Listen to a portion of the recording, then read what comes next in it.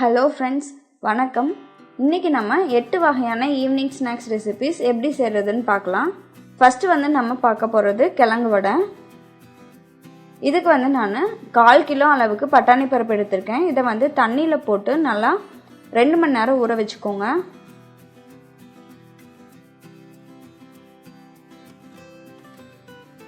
அடுத்ததாக நம்ம மரவள்ளிக்கிழங்கு எடுத்துக்கலாம்.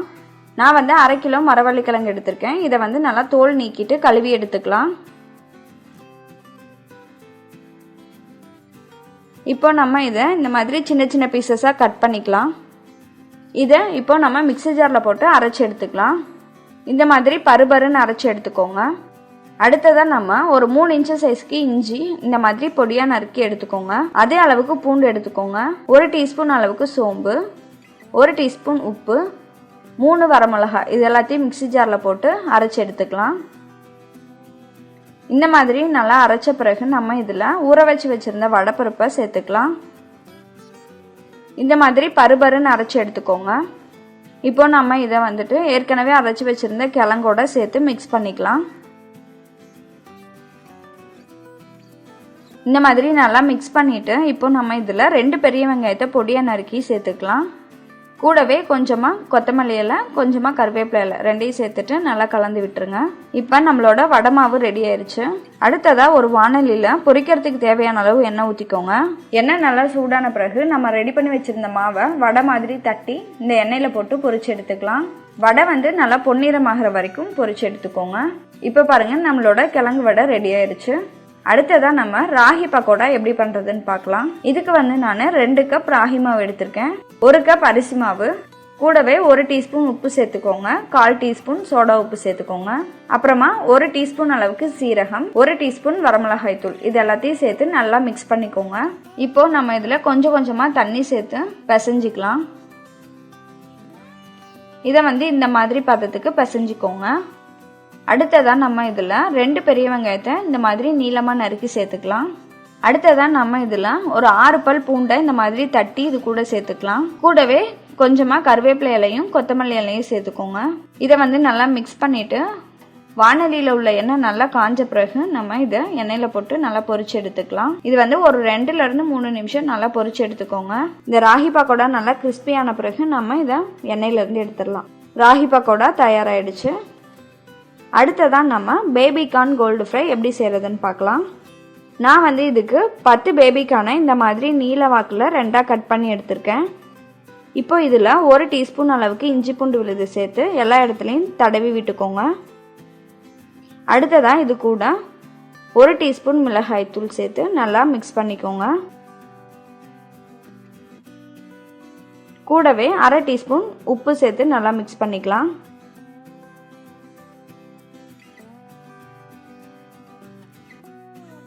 இப்போ நம்ம இது கூட 1/2 டீஸ்பூன் கார்ன்ஃப்ளவர் சேர்த்துக்கலாம். அடுத்ததாக 1/2 டீஸ்பூன் மைதா மாவு சேர்த்துக்கலாம். இதை இந்த மாதிரி எல்லா இடத்துலையும் படுற மாதிரி கோட் பண்ணிக்கோங்க. மேலே ஒரு 1/2 டீஸ்பூன் அளவுக்கு லெமன் ஜூஸ் சேர்த்துக்கலாம். இதை நல்லா கலந்து விட்டுக்கோங்க. இது ஒரு 1/2 மணி நேரம் அப்படியே ஊறட்டும். 1/2 மணி நேரத்துக்கு அப்புறமேட்டு நம்ம ஒரு பவுலில் 1/2 டேபிள் ஸ்பூன் அளவுக்கு மைதா மாவு, 1 டேபிள் ஸ்பூன் அளவுக்கு சோள மாவு, 1/4 டீஸ்பூன் உப்பு, 1/2 டீஸ்பூன் மிளகாய் தூள், இது எல்லாத்தையும் சேர்த்துட்டு நம்ம இதை கொஞ்சம் கொஞ்சமாக தண்ணி சேர்த்துட்டு இந்த மாதிரி மிக்ஸ் பண்ணி எடுத்துக்கலாம். இந்த பேட்டர் பார்த்தீங்க அப்படின்னா ரொம்பவும் கெட்டியாகவும் இருக்கக்கூடாது, தண்ணியாகவும் இருக்கக்கூடாது. நம்ம பஜ்ஜி போடுறதுக்கு மாவு ரெடி பண்ணுவோம் இல்லையா, அந்த மாதிரி ரெடி பண்ணி வச்சுக்கோங்க. இப்போ நம்ம இதில் 1/2 மணி நேரம் ஊற வச்சு வச்சுருந்தேன் பேபிகார்னை இதில் போட்டு நல்லா மிக்ஸ் பண்ணிவிட்டு எண்ணெயில் போட்டு பொரிச்சு எடுத்துக்கலாம். எண்ணெயில் போடுறதுக்கு முன்னாடி எண்ணெய் நல்லா காஞ்சிருச்சான்னு பார்த்துக்கோங்க. இப்போ பாருங்கள், பேபிகார்ன் நல்லா கோல்டன் ப்ரௌன் கலர் ஆகிடுச்சு. இந்த சமயத்தில் நம்ம இதை வெளியில் எடுத்துடலாம். நம்மளோட பேபிகார்ன் கோல்டு ஃப்ரை ரெடி ஆயிடுச்சு. அடுத்தது நம்ம வெஜிடபிள் கட்லெட் எப்படி செய்கிறதுன்னு பார்க்கலாம். ஃபஸ்ட்டு நம்ம இதுக்கு 1/4 கிலோ அளவுக்கு உருளைக்கிழங்க நல்லா வேக வச்சு எடுத்துக்கலாம். இதை நம்ம நல்லா மசிச்சு எடுத்து வச்சிடலாம். அடுத்ததாக ஒரு வாணலியில் 3 டீஸ்பூன் அளவுக்கு எண்ணெய் ஊற்றிக்கோங்க. எண்ணெய் நல்லா சூடான பிறகு அதில் பாதி பெரிய வெங்காயத்தை இந்த மாதிரி பொடியாக நறுக்கி சேர்த்துக்கோங்க. வெங்காயம் நல்லா டிரான்ஸ்பரண்ட்டாக மாறின பிறகு இதில் நம்ம 1 டீஸ்பூன் அளவுக்கு இஞ்சி பூண்டு விழுது சேர்த்து இஞ்சி பூண்டு வாசனை போகிற வரைக்கும் வதக்கிக்கலாம். இப்போ வந்து நம்ம இதில் பாதி அளவுக்கு குடமிளகாயை பொடியாக நறுக்கி சேர்த்துக்கலாம். இதை வந்து ஒரு 2 நிமிஷம் நல்லா வதக்கிக்கோங்க. அடுத்ததான் நம்ம இதில் ஒரு 10லேருந்து 15 பீன்ஸை பொடியாக நறுக்கி சேர்த்துக்கலாம். கூடவே ஒரு 4 கேரட்டை பொடியாக நறுக்கி இது கூட சேர்த்துக்கோங்க. இப்போ வந்து நம்ம இதில் 1 டீஸ்பூன் அளவுக்கு உப்பு, 1/4 டீஸ்பூன் மஞ்சள் தூள், 1 டீஸ்பூன் மிளகாய் தூள், 1 டீஸ்பூன் ஜீரகப்பொடி, 1 டீஸ்பூன் கரம் மசாலா இது எல்லாத்தையும் சேர்த்துட்டு நல்லா மிக்ஸ் பண்ணிடலாம். இப்போது நம்ம இந்த வெஜிடபிள்ஸ்லாம் வேகிறதுக்கு ஒரு 1/4 டம்ளர் அளவுக்கு தண்ணி ஊற்றி மூடி வச்சிடலாம். இது வந்து ஒரு 5லேருந்து 10 நிமிஷம் நல்லா வேகட்டும். இப்போ பாருங்கள் கேரட் பீன்ஸ் எல்லாம் நல்லா வெந்துருச்சு. இந்த சமயத்தில் நம்ம மசிச்சு வச்சிருந்த உருளைக்கிழங்கு இதில் சேர்த்துடலாம்.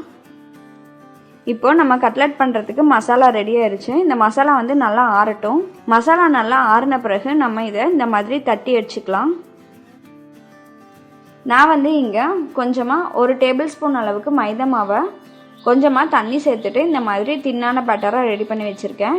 இந்த கட்லெட்டை வந்து இந்த மைதா மாவில் நல்லா டிப் பண்ணி எடுத்துட்டு பிரெட் க்ரம்ஸில் கோட் பண்ணிக்கோங்க. இதே மாதிரியே எல்லாத்தையும் ரெடி பண்ணி வச்சுக்கோங்க. இப்போது நம்ம இதையும் எண்ணெய் நல்லா காஞ்ச பிறகு போட்டு பொரிச்சு எடுத்துக்கலாம்.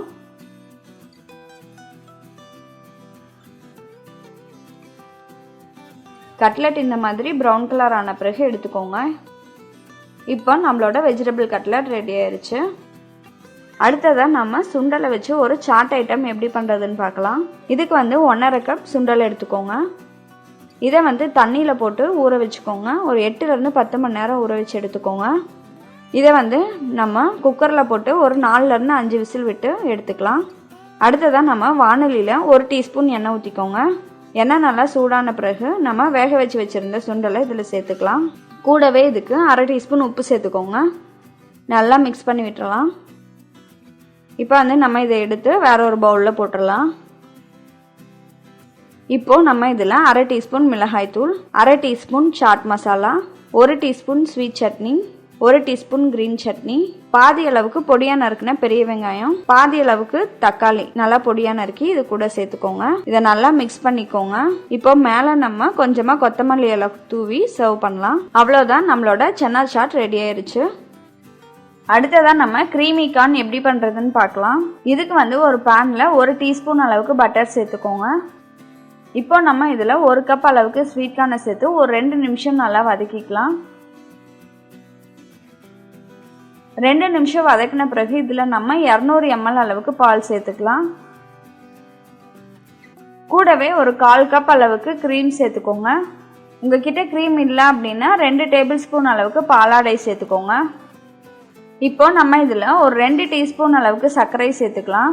உங்களுக்கு சீக்கிரமாக திக் கன்சிஸ்டன்சிக்கு வரணும் அப்படின்னா 1 டீஸ்பூன் அளவுக்கு கார்ன்ஃப்ளவர் எடுத்துட்டு தண்ணியில் நல்லா மிக்ஸ் பண்ணிக்கோங்க. மிக்ஸ் பண்ண கார்ன்ஃப்ளவரை இதில் சேர்த்து நல்லா கலந்து விட்டுருங்க. உங்களுக்கு வந்து சீக்கிரமாக திக்கான கன்சிஸ்டன்சிக்கு வந்துடும்.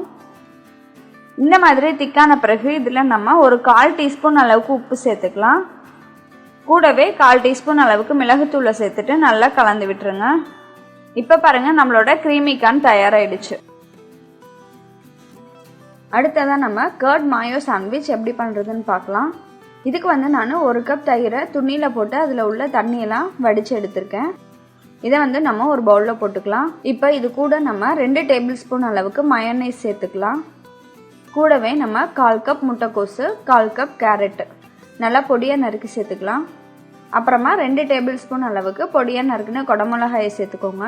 இப்போ வந்து நம்ம இதில் 1/2 டீஸ்பூன் உப்பு, 1/4 டீஸ்பூன் பெப்பர் பவுடர் ரெண்டையும் சேர்த்துட்டு நல்லா மிக்ஸ் பண்ணிக்கலாம். இப்போ நம்மளோட ஸ்டஃபிங் ரெடி ஆகிடுச்சு. அடுத்தது நம்ம இதை பிரெட் ஸ்லைசஸில் ஸ்ப்ரெட் பண்ணிக்கலாம். இந்த மாதிரி ஸ்ப்ரெட் பண்ணிவிட்டு இன்னொரு ப்ரெட் எடுத்து மூடிடுங்க. இப்போ வந்து ப்ரெட்டில் மேலேயும் கீழேயும் பட்டர் அப்ளை பண்ணிவிட்டு நம்ம டோஸ்ட் பண்ணி எடுத்துக்கலாம். இப்போ நம்மளோட கர்ட் மாயோ சாண்ட்விச் ரெடி ஆயிடுச்சு. நான் ஏற்கனவே 12 வகையான சாண்ட்விச் எப்படி பண்ணுறதுன்னு போட்டிருக்கேன்.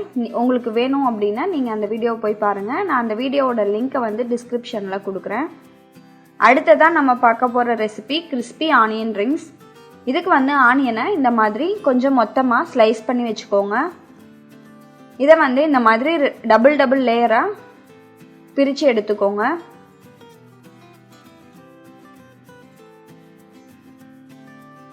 அடுத்ததான் நம்ம மிக்ஸி ஜாரில் 1 கப் அளவுக்கு கார்ன்ஃப்ளேக்ஸ் எடுத்துக்கலாம்.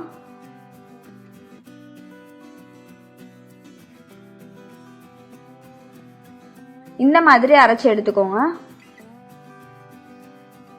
இப்போ வந்து நம்ம இதை ஒரு பிளேட்டில் வச்சுக்கலாம்.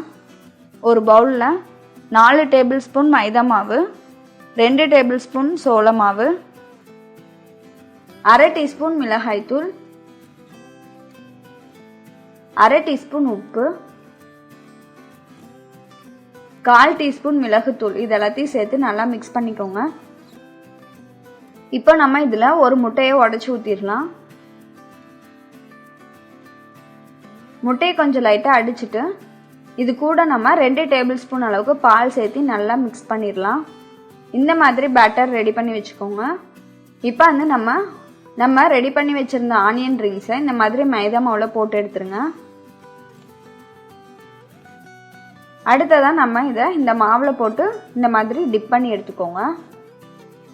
அடுத்தது கார்ன்ஃப்ளேக்ஸை இது மேலே ஸ்ப்ரெட் பண்ணிவிட்டு நம்ம இதை எண்ணெயில் போட்டு பொரிச்சு எடுத்துக்கலாம். இதே மாதிரி எல்லா ஆனியன் ரிங்ஸையும் ரெடி பண்ணி வச்சுக்கோங்க. வாணலியில் பொரிக்கிறதுக்கு தேவையான அளவு எண்ணெய் ஊற்றி எண்ணெய் நல்லா சூடான பிறகு இந்த ரெடி பண்ணி வச்சுருந்த ஆனியன் ரிங்ஸை அதில் போட்டு பொரிச்சு எடுத்துக்கலாம்.